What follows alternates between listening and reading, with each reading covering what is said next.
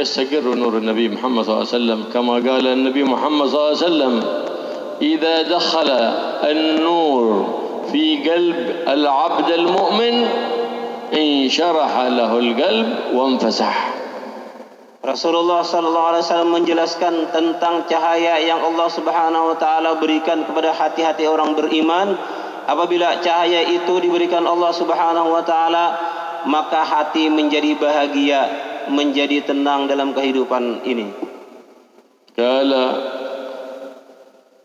ya Rasulullah, hal lidzalika ay an-nur alladhi istaqarra fi qalbi al-'abd al-mu'min min 'alamah?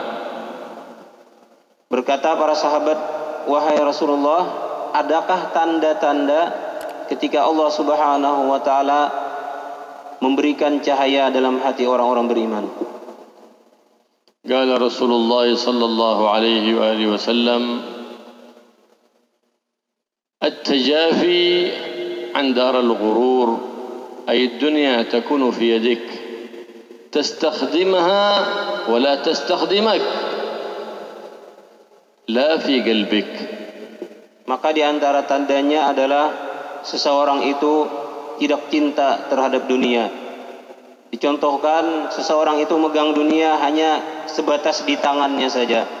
Dia tidak terperdaya dengan dunia dan dia tidak digunakan oleh dunia, akan tetapi dialah yang menyetir dan menggunakan dunia tersebut. Taj'alha sandal tahmi qadamak min asy-syams wasyawk ولا تجعلها عمامة على رأسك تتزين بها أمام الناس.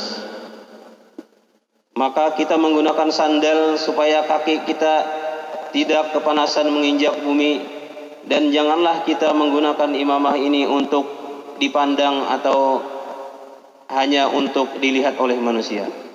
فإنك لو رأيت شخصا يحمل صندل على رأسه ويمشي والشمس تحرقه والحجر والشوك تخرق قدمه لا شك أنك تقول أن هذا غبي أحمق. كذلك سما من يتخذ الدنيا للزينة ولا يجعلها تحمي دينه ولا عرضه. Beliau mempercontohkan seseorang yang kita lihat, mungkin ada orang yang memakai sandal ditaruh di atas kepalanya, kakinya dibiarkan menginjak bumi tanpa pakai sandal, kata beliau, sampai dia mungkin terkena duri, batu dan lain sebagainya. Sandal dipakai di kepala, maka kita katakan orang ini adalah orang yang ahmak, goblok, bodoh. Maka kata beliau, kalau ada seseorang yang menggunakan harta dunia, menggunakan kemewahan dan lain sebagainya ini untuk supaya dilihat oleh manusia dan bukan untuk kepada Allah Subhanahu wa taala, maka orang ini adalah orang-orang yang bodoh juga. فلهذا قيل الدنيا ظل زائل. في الصباح يكون الظل في جهة بارات، وفي المساء بعد الزوال يكون في ظل تيمور يتحول الظل. فالدنيا ظل زائل وحال حائل أي لا يدوم، ولا يفتخر بها إلا من لا عقل له، لكن العاقل يستخدمها لصلاح دينه وصلاح أمر آخرته. Maka dunia ini diperumpamakan seperti bayang-bayang. Bayang-bayang itu akan hilang dengan beberapa saat. Pagi hari berada di kiri, di kanan, di barat, di selatan dan lain sebagainya.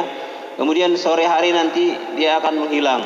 Maka dunia itu diperumpamakan seperti bayang-bayang yang tidak akan lama.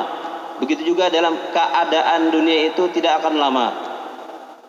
Maka orang yang mengutamakan dunia ini adalah orang-orang yang seakan-akan tidak berakal, kecuali dia menggunakan dunia ini dalam perkara-perkara mendekatkan diri kepada Allah Subhanahu wa taala.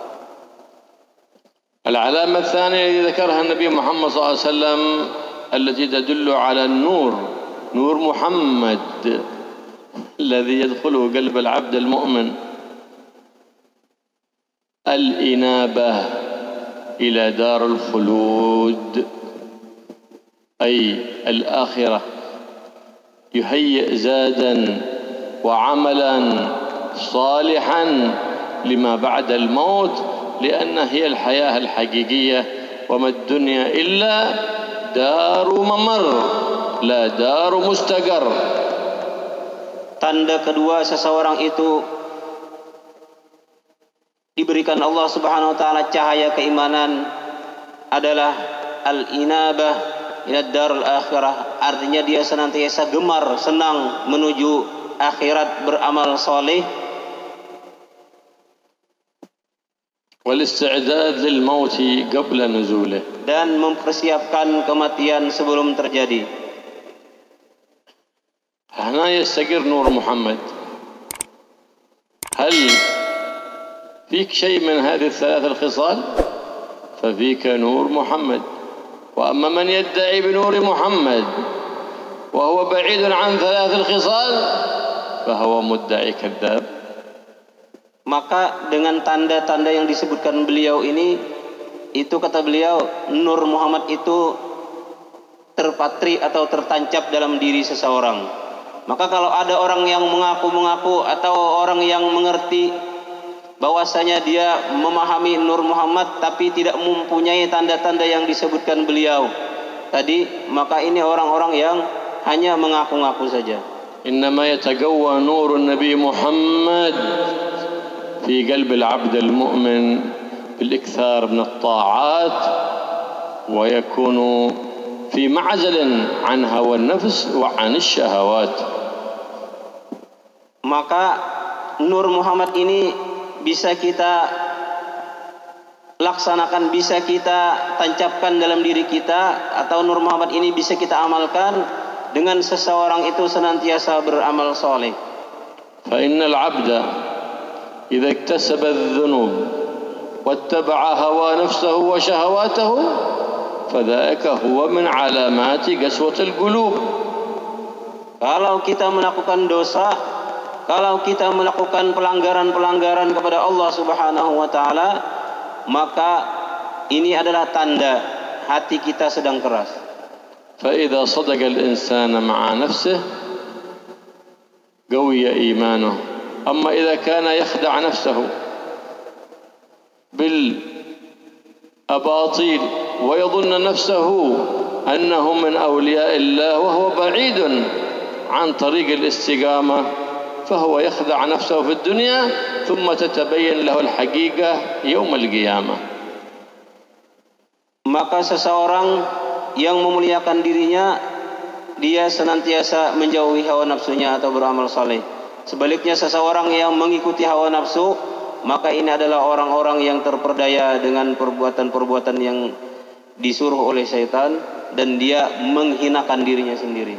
فلهذا كان الصبر عن المعاصي أعلى درجة ب300 من الصبر على فعل الطاعات. Dikatakan orang yang mampu bersabar dari mengerjakan maksiat-maksiat, pelanggaran-pelanggaran kepada Allah Subhanahu wa taala ini lebih besar pahalanya dan sampai 300 kali, dan lebih besar daripada orang mampu mengerjakan taat.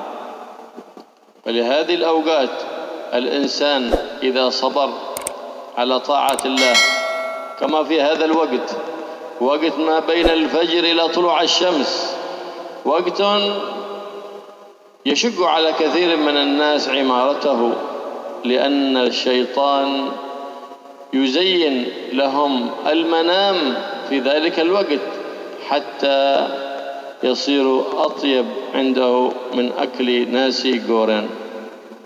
Seperti waktu pagi hari ini adalah waktu yang sangat berat. Jadi senantiasa syaitan ini membuat nyaman orang yang tidur di waktu pagi itu, sehingga tidur itu lebih enak daripada hal-hal makan dan lain sebagainya bagi dia.